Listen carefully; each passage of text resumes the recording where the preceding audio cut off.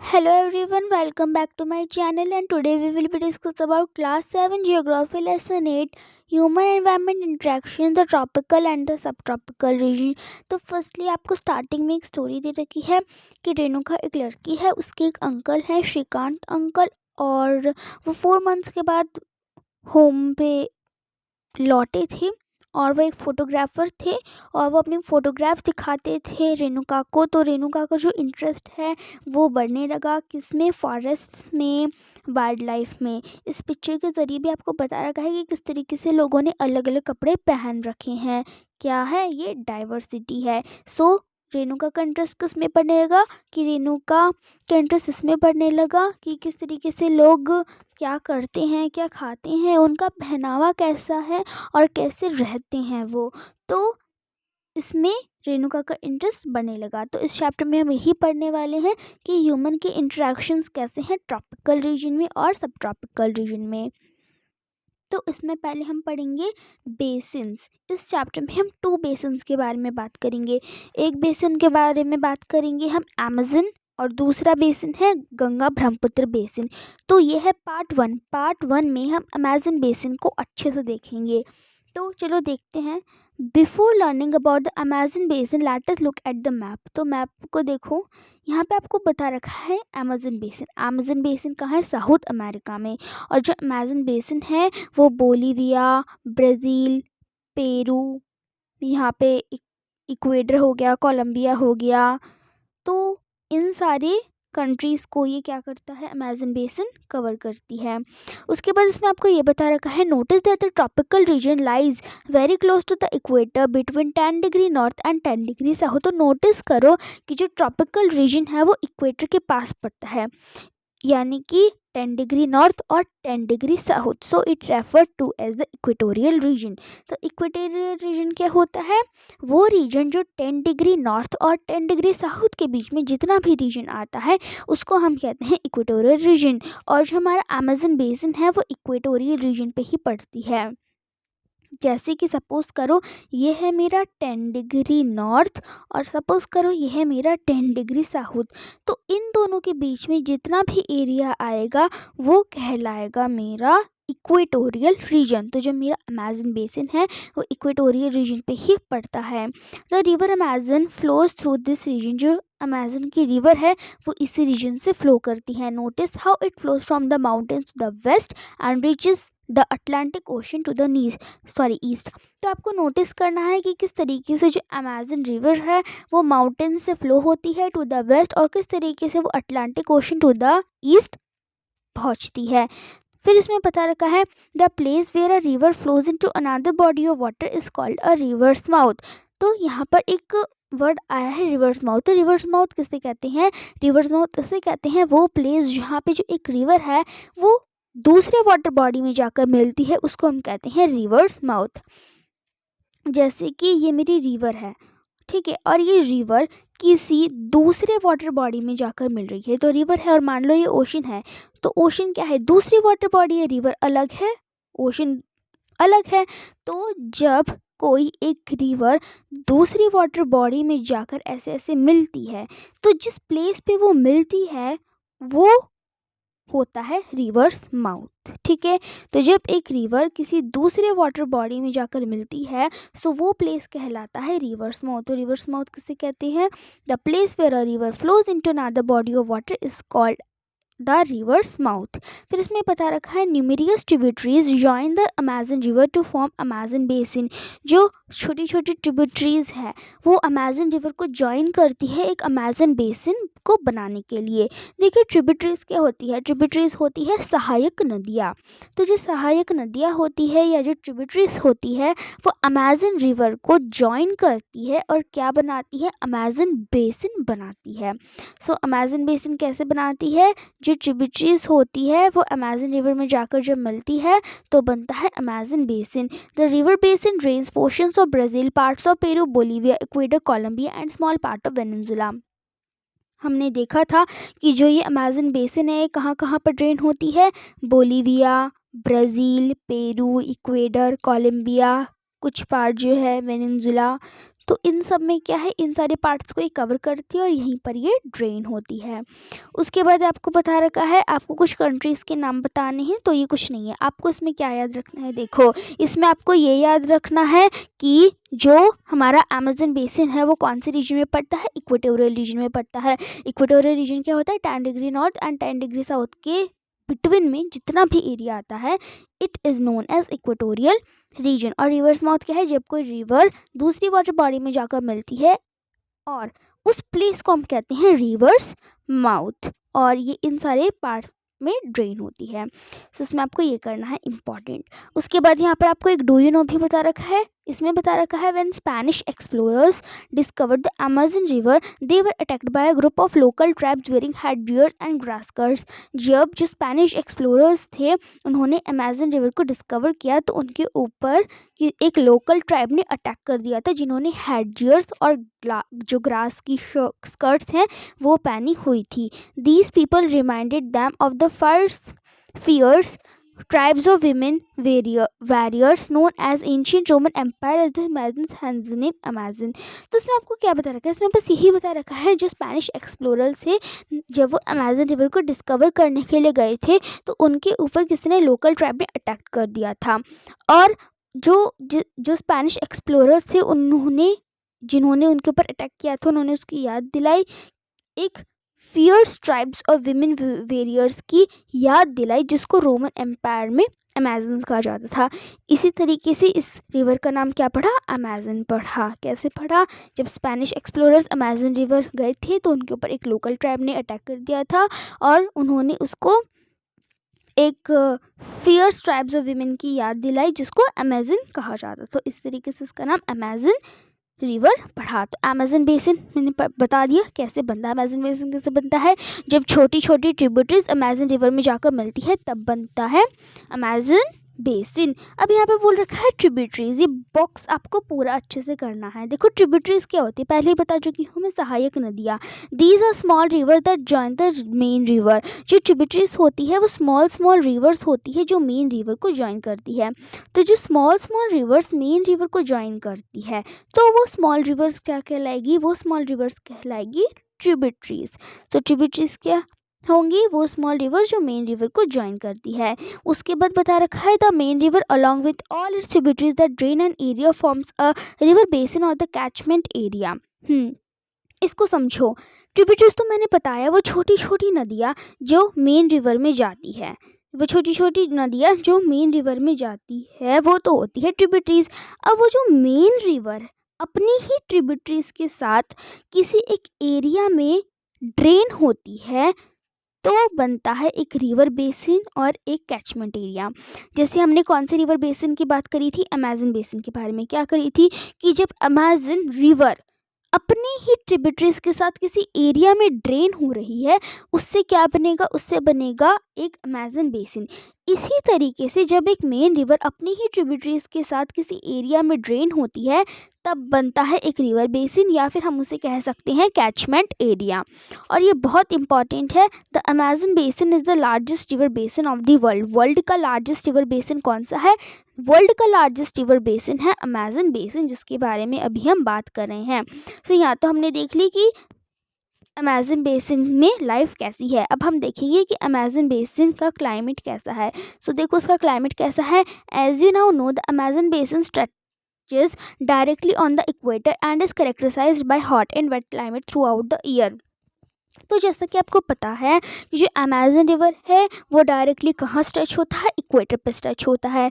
अब देखो कोई भी प्लेस अगर इक्वेटर पे स्ट्रेच हो रही तो इसका मतलब जो सन की रेस है वो इक्वेटर पे ही पड़ती है, यानी कि जो उससे कोई भी प्लेस उस इक्वेटर से पास होती है सो यानी कि वहाँ पर भी आपको क्या है, हॉट वेदर मिलेगा। क्यों मिलेगा हॉट क्लाइमेट, क्योंकि वहाँ पर सन की रेस ज़्यादा पड़ती है। कहाँ पर, इक्वेटर पे।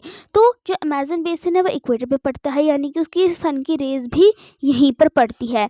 तो ये इक्वेटर पे पड़ती है, इसका मतलब वहाँ का जो क्लाइमेट होता है कैसा होता है, हॉट और वेट क्लाइमेट होता है पूरे साल ही। सो जो अमेज़न बेसिन का क्लाइमेट कैसा होता है, हॉट और वेट क्लाइमेट होता है पूरे साल ही। यहाँ पे दिन भी और रात भी ऑलमोस्ट इक्वली हॉट होते हैं और ह्यूमिड होती है। Both day and nights are almost equally hot and humid. यहाँ की दिन और रात दोनों ही हॉट तो होती हैं, गर्म होती है, और साथ में ह्यूमिडिटी भी होती है, मतलब नमी। ठीक है, तो नमी होगी तो यानी कि जो आपकी स्किन है वो चिपचिपी फील करेगी, the skin feel sticky. It rains almost every day too without much warning. यहाँ पर हमेशा हमेशा एवरी डे यहाँ पर बारिश होती है। फिर इसमें बता रखा है the day temperatures are high with very high humidity. यहाँ के दिन के टेम्परेचर तो बहुत हाई होते हैं, हाई ह्यूमिडिटी के साथ, लेकिन रात को टेम्परेचर थोड़ा नीचे चले जाता है, लेकिन ह्यूमिडिटी उतनी ही रहेगी जितनी डे टाइम में थी। सो यहाँ का क्लाइमेट कैसा होता है, हॉट वेट क्लाइमेट होता है। यहाँ पर एवरीडे क्या होती है, बारिश होती है, दिन के टेम्परेचर हॉट होते हैं, ह्यूमिडिटी भी यहाँ पर बहुत होती है। रात को थोड़ा सा टेम्परेचर कम हो जाता है, लेकिन ह्यूमिडिटी उतनी ही रहती है जितनी दिन में होती थी। सो ये तो हो गया क्लाइमेट। अब अमेज़न बेसिन के रेन फॉरेस्ट देखो। As it rains heavily in the region thick forest grow. जैसे कि मैंने आपको बताया था कि यहाँ पर एवरीडे बारिश होती है, बताया था ना, यहाँ पर हमेशा बारिश होती है। तो अगर जिस एरिया में हमेशा बारिश होगी वहाँ पर थिक फॉरेस्ट ग्रो होंगे, तो यहाँ पे जो फॉरेस्ट है वो थिक होते हैं। The forest are in fact so thick that the dense roof created by leaves and branches does not allow the sunlight to reach the ground. अब जैसे कि इन फैक्ट ये फॉरेस्ट इतने थिक होते हैं कि उनकी जो लीव्स होती है और उनकी ब्रांचेस होती है वो इतने डेंस रूफ को क्रिएट कर देती है, जिससे जो सनलाइट है वो ग्राउंड तक नहीं पहुंच पाती।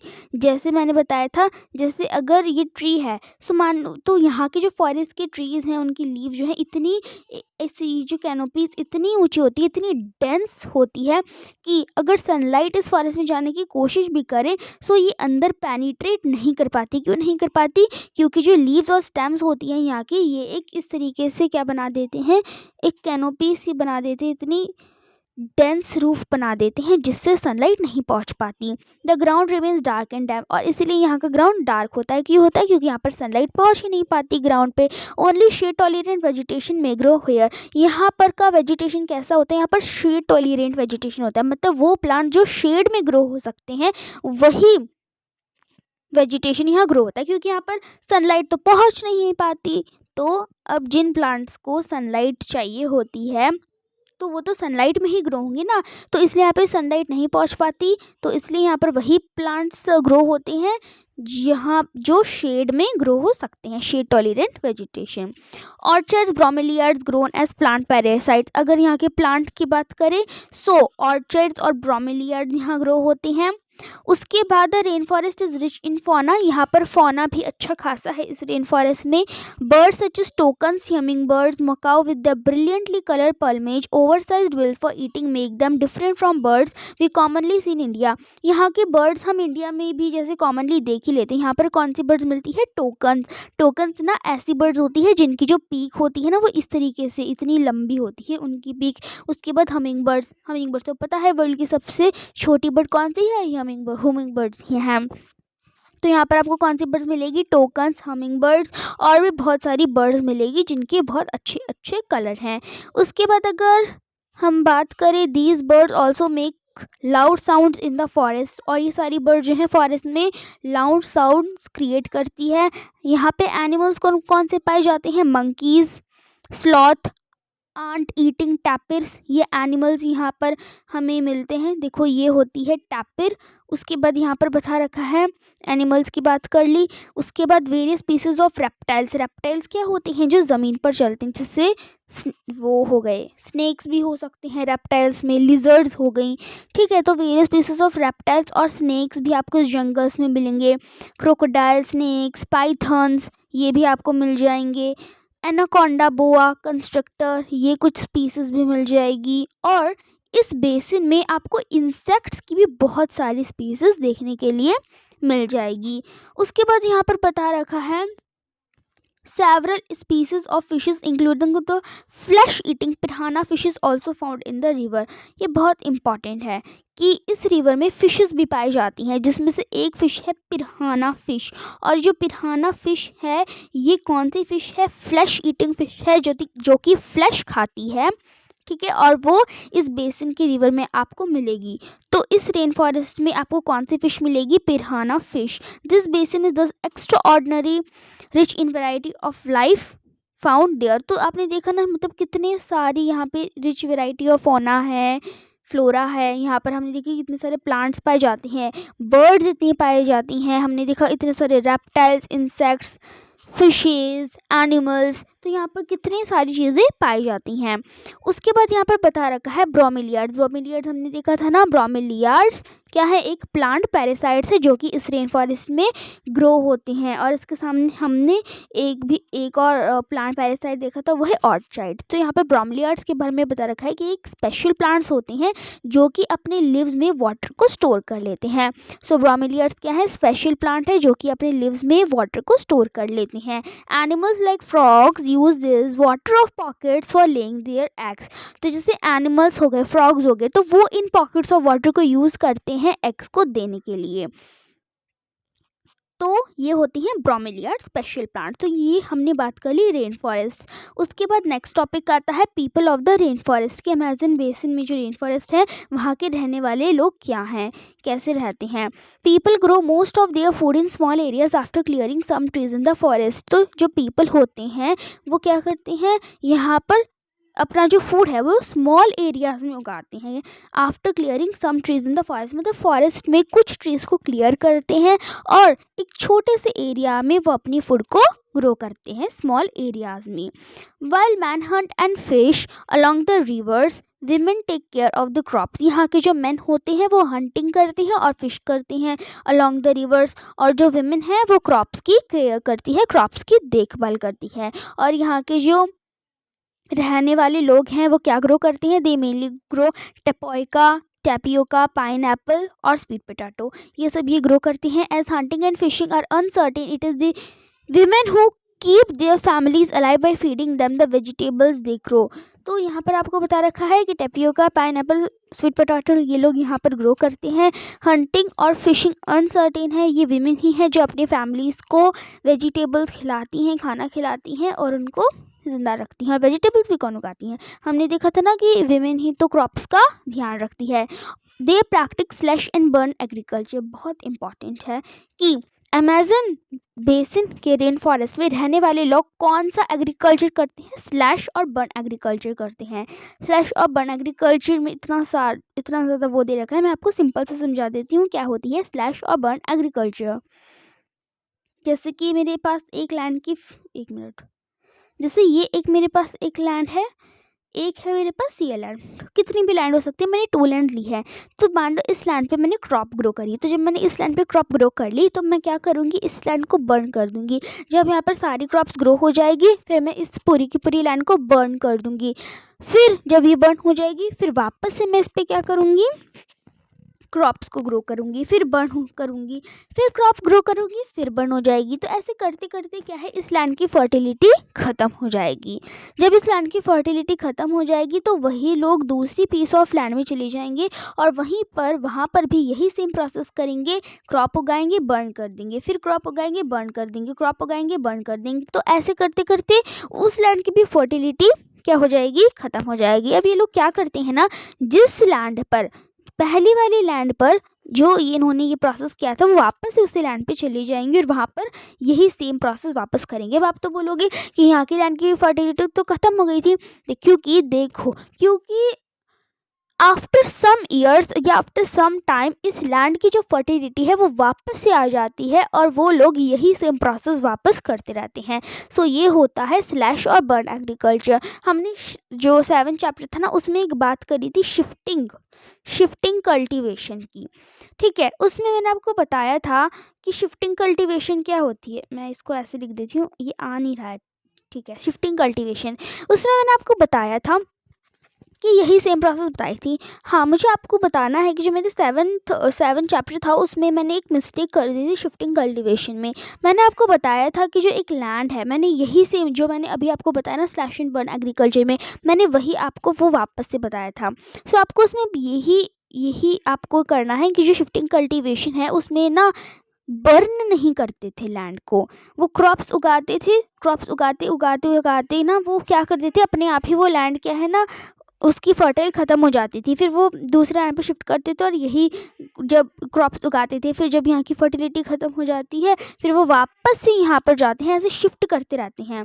सो उसके लिए मैं सॉरी कहूँगी, क्योंकि उसमें मैं थोड़ी सी कंफ्यूज हो गई थी। सो इसमें आपको क्या रखना है, शिफ्टिंग कल्टीवेशन और स्लैश एंड बर्ड एग्रीकल्चर में क्या फ़र्क है। शिफ्टिंग कल्टीवेशन में यही फ़र्क है कि उसमें बस जो पीपल होते थे बर्न नहीं करते थे लैंड को, क्रॉप्स उगाते थे, वो अपने आप ही फर्टिलिटी ख़त्म हो जाती थी लैंड को। लेकिन अगर हम स्लैश बर्न एग्रीकल्चर की बात करें, वहाँ पर क्रॉप्स उगाएंगे तब बर्न करेंगे। बस फ़र्क ये है, शिफ्टिंग कल्टीवेशन में बर्न नहीं करते थे लैंड को, but slash and burn agriculture में लैंड को बर्न करते थे, और दोनों में शिफ्ट तो होते ही थे। तो बस ये मैं आपको बताना चाहूँगी, तो उसको आप थोड़ा सा वो कर लेना। तो यहाँ के जो रहने वाले लोग थे वो क्या करते थे, स्लैश और बर्न एग्रीकल्चर करते थे। The staple food is manioc also known as cassava that grows under the ground like the potato. यहाँ का जो स्टेपल फूड है वो क्या है, मैन्योक है, जिसको एज अ कसावा ग्रो किया जाता था। जैसे कि मतलब कसावा कहते थे उस मैन्योक को, ठीक है। और जैसे हम पोटैटो को अंदर अंदर ग्राउंड के नीचे ग्रो करते हैं ना, वैसे ही उस कसावा या मैन्योक को ग्रो करते थे। और ये लोग ईट क्या खाते थे, क्वीन आंट्स एग सेक्स भी खाते थे। Cash crops like coffee, maize and cocoa are also grown. यहाँ ये जो है ना, कैश क्रॉप्स क्या होती हैं, ऐसी क्रॉप्स होती हैं जिनको बेच के हम पैसे कमा सकते हैं। तो ये जो कैश क्रॉप्स हैं जैसे कॉफ़ी, मेज, कोका, वो भी यहाँ पे ग्रोन करी जाती थी। The rain forest provide a lot of would for the houses. ये जो रेन फॉरेस्ट था, यहाँ पर हाउसेस के लिए आपको बहुत सारी वुड मिल जाएगी। क्यों, क्योंकि मैंने आपको बताया क्योंकि यहाँ पर प्लांट्स तो होते ही थे, तो यानी कि वुड भी मिलेगी। Some animals live in thatched house shaped like beehives. तो यहाँ की जो फैमिलीज होती थी वो लोग ज़्यादातर थैच्ड हाउसेज शेप्ड लाइक, जैसे बी हाइव का से थैच्ड हाउसेज होती हैं उनकी रूफ्स इस तरीके से, तो वहाँ पर रहते थे। क्यों रहते थे, क्योंकि देखो वहाँ पर बारिश होती थी, ठीक है। वो बारिश का तो मैं आपको स्लैंटिंग रूफ में बताऊंगी, लेकिन आपको ये करना है कि बी हाइव्स की तरह जैसे थैच्ड हाउस शेप्ड लाइक होते थे ना, वैसे कुछ फैमिलीज तो थैच्ड हाउसेस में रहती थी। कुछ अदर लार्ज अपार्टमेंट होते थे जैसे हाउसेस, जिसको मलोका कहा जाता था, और उनकी जो रूफ़ होती थी, मलोका हाउसेस की जो रूफ़ होती थी वो स्लैंटिंग होती थी। स्लैंटिंग क्यों होती थी, क्योंकि मैंने आपको बताया कि यहाँ पर ऑलमोस्ट एवरीडे बारिश होती थी। सो क्या होता था, जब भी बारिश होगी तो वो स्लैंट के थ्रू नीचे गिर जाएगी। तो मैंने आपको 7 चैप्टर में बताया था, जहाँ पर हैवी रेनफॉल होती है वहाँ पे स्लैंट के घर बनाए जाते हैं, वो हमने 7 चैप्टर में डिस्कस कर लिया था। सो वहाँ की रेन फॉरेस्ट कहाँ रहती है, मलोका लार्ज अपार्टमेंट हाउसेज में, थैच शेप्ड हाउसेज में। उसके बाद है life of the people of Amazon basin is slowly changing. जो अमेजन बेसिन में रहने वाले लोग हैं उनकी जो लाइफ है वो धीरे धीरे चेंज होती जा रही है। In the older day the heart of the forest could be reached only by navigating the river. अगर आपको पहले इस फॉरेस्ट के हार्ट में पहुंचना है तो आपको रिवर को नेविगेट कर कर ही आप पहुंच सकते थे। लेकिन क्या हुआ, 1970s में एक हाईवे बनाया गया which is trans Amazon highway with all parts of the rain forest accessible. तो ट्रांस अमेजन हाईवे से क्या हुआ ना, इस रेन फॉरेस्ट में आसानी से पहुंचा जा सकता था। Aircraft and helicopters are also use for reaching various places. Aircraft और हेलीकॉप्टर्स को भी यूज़ किया गया वेरियस प्लेसेस में पहुंचने के लिए, ठीक है। तो 1970s में क्या बनाया गया, ट्रांस अमेजन हाईवे बनाया गया।